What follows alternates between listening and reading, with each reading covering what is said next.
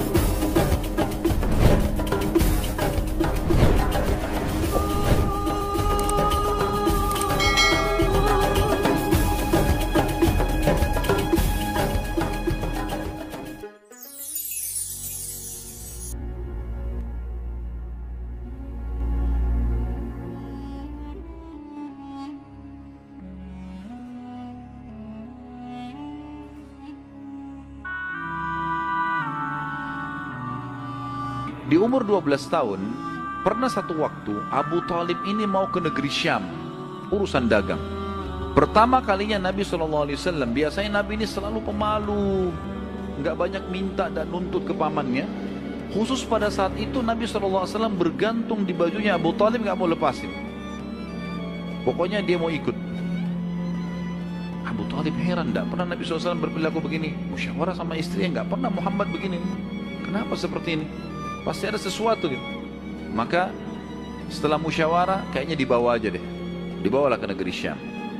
Pergilah Nabi SAW bersama dengan Abu Talib dan kafilahnya. Pada saat mau tiba di negeri Syam, sebelum tiba di negeri Syam, kafilah ini melewatin sebuah gereja teman-teman sekalian. Dan di situ ada satu pendeta bernama Bahira. Ini riwayat Bukhari Muslim menceritakan masalah itu ya. Dan sampai sekarang di negeri Syam masih ada puing-puingnya gerejanya Bahira ini. Pada saat itu di zaman Nabi SAW ada gereja ini dan sampai sekarang masih ada sisa puingnya. Saya pernah lihat cuplikannya sendiri, ada sisa puingnya di negeri Syam. Tepatnya di Syria ya. Kemudian teman-teman sekalian, pada saat melewatin kafilah ini melewatin gereja, si Bahira ini kepala pendeta di gereja itu memang lagi nunggu informasi tentang Nabi terakhir nih. Dia ngeliat-liat di jendela gerejanya, setiap kafilah lewat dilihat sama dia, terutama yang dari Jazirah Arab. Secara kebetulan dengan hikmah ilahi lewat kafilahnya Abu Talib. Dan kafilah ini agak berbeda dengan yang lainnya. Kafilah itu berarti 3 unta ke atas ya, baru dinamakan kafilah.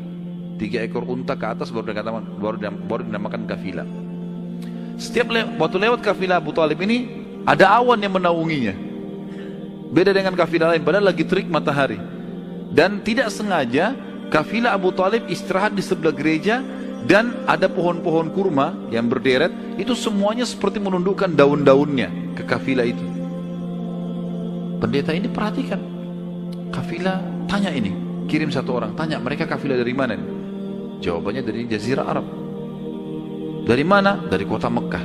Kata Bahira, hidangkan makanan sebaik mungkin di gereja, undang semua kafilah ini masuk makan. Diundanglah. Ringkas cerita, masuklah mereka untuk makan. Dan pada saat satu kafilah ini masuk, yang ditinggalkan di situ hanya Nabi SAW. Nabi gak boleh masuk karena tradisi orang Arab dulu aib kalau anak kecil ikut makan. Nanti selesai orang tua makan baru makan. Tapi ini tradisi jahiliyah. Kalau sekarang antum lakukan, antum juga jahiliyah. Makan, kasih anak-anak makan. Kenapa harus disendirikan? Mungkin dia lapar, kesian. Baiklah. Waktu lagi makan, Bahira ini memperhatikan satu persatu orang-orang Quraisy ini, wajahnya. Karena mereka tahu cirinya Nabi terakhir. Alisnya, wajahnya, mukanya, kulitnya, jalur nasabnya, semua jelas. Tidak ada tanda-tanda kenabiannya. Ini mukanya muka biasa semua. Maka si Bahira tanya, apakah masih ada dari kafilah kalian yang tidak ikut makan? Kata mereka, ada satu anak kecil di depan, kami suruh jaga barang kami. Kata Bahira, boleh saya ketemu? Oh silahkan. Mereka lagi asyik makan. Bahira keluar menemui Nabi SAW. Nabi lagi duduk di bawah pohon. Lalu Bahira memanggil dia, mengatakan, hai anak kecil, ikutlah dengan saya. Kafilahnya disuruh jaga oleh beberapa pegawainya Bahira ini. Masuk di satu ruangan di gereja. Kemudian Nabi SAW berdiri lalu kata, jadi orang Mekah begini teman-teman, di Mekah itu ada patung namanya Lat dan Uzza. Lat dan Uzza ini dua patung yang luar biasa dikultuskan di Mekah. Hebat patung ini menurut mereka. Jadi kalau bersumpah atas nama Lat dan Uzza sudah tidak mungkin berbohong. Kalau bohong kualat. Maka pendeta ini tahu Bahira, dia bilang, hai anak kecil, saya akan bertanya kepadamu atas nama Lat dan Uzza.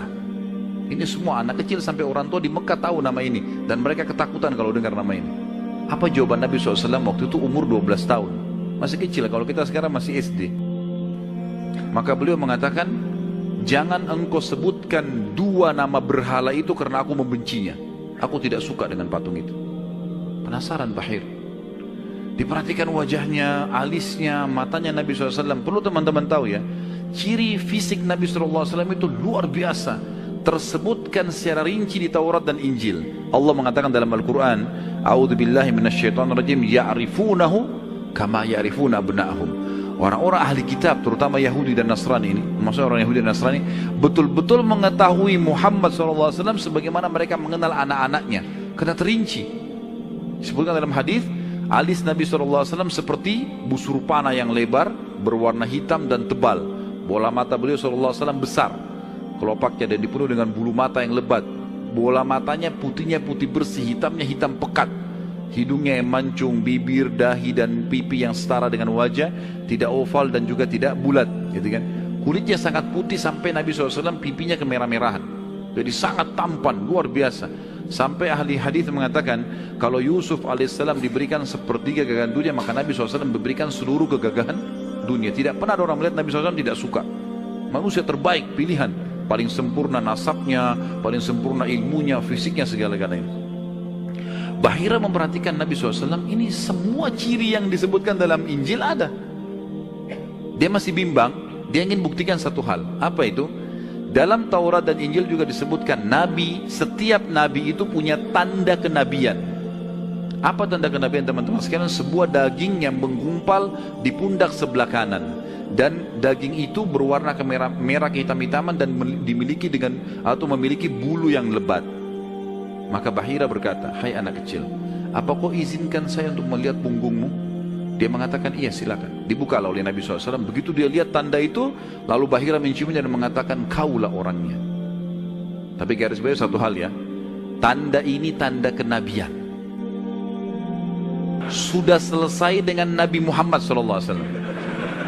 Jadi kalau di punggung antum ada dusta semua itu. Tidak ada hubungannya sama Nabi. Loh ya, karena banyak orang yang ngaku-ngaku Nabi nih. Kata Nabi SAW, akan datang 50 dajjal, pendusta, setelah aku meninggal, mengaku semuanya Nabi. Mereka semua pendusta, aku penutup para Nabi dan Rasul, gitu kan. Karena ada orang mengaku gitu. Jadi ini khas untuk Nabi-Nabi dan sudah ditutup dengan Nabi Muhammad SAW. Sudah habis ceritanya. Nah, jadi kalau ada yang gumpal-gumpal tuh daging numpang aja. Pada saat itu, Bahira pun membawa Nabi SAW masuk ke dalam ruangan makan lalu berkata, siapa walinya anak ini? Wali, ya. Siapa walinya anak ini? Kata Abu Talib, saya ayahnya. Abu Talib berkata, pamannya. Kata Bahira, tidak mungkin kau ayahnya. Anak ini mati ayahnya waktu dia masih 6 bulan di perut ibunya. Pendeta di negeri Syam tahu. Anak ini meninggal ayahnya waktu dia umur 6 bulan di perut ibunya. Dan ibunya meninggal pada saat dia umur 6 tahun.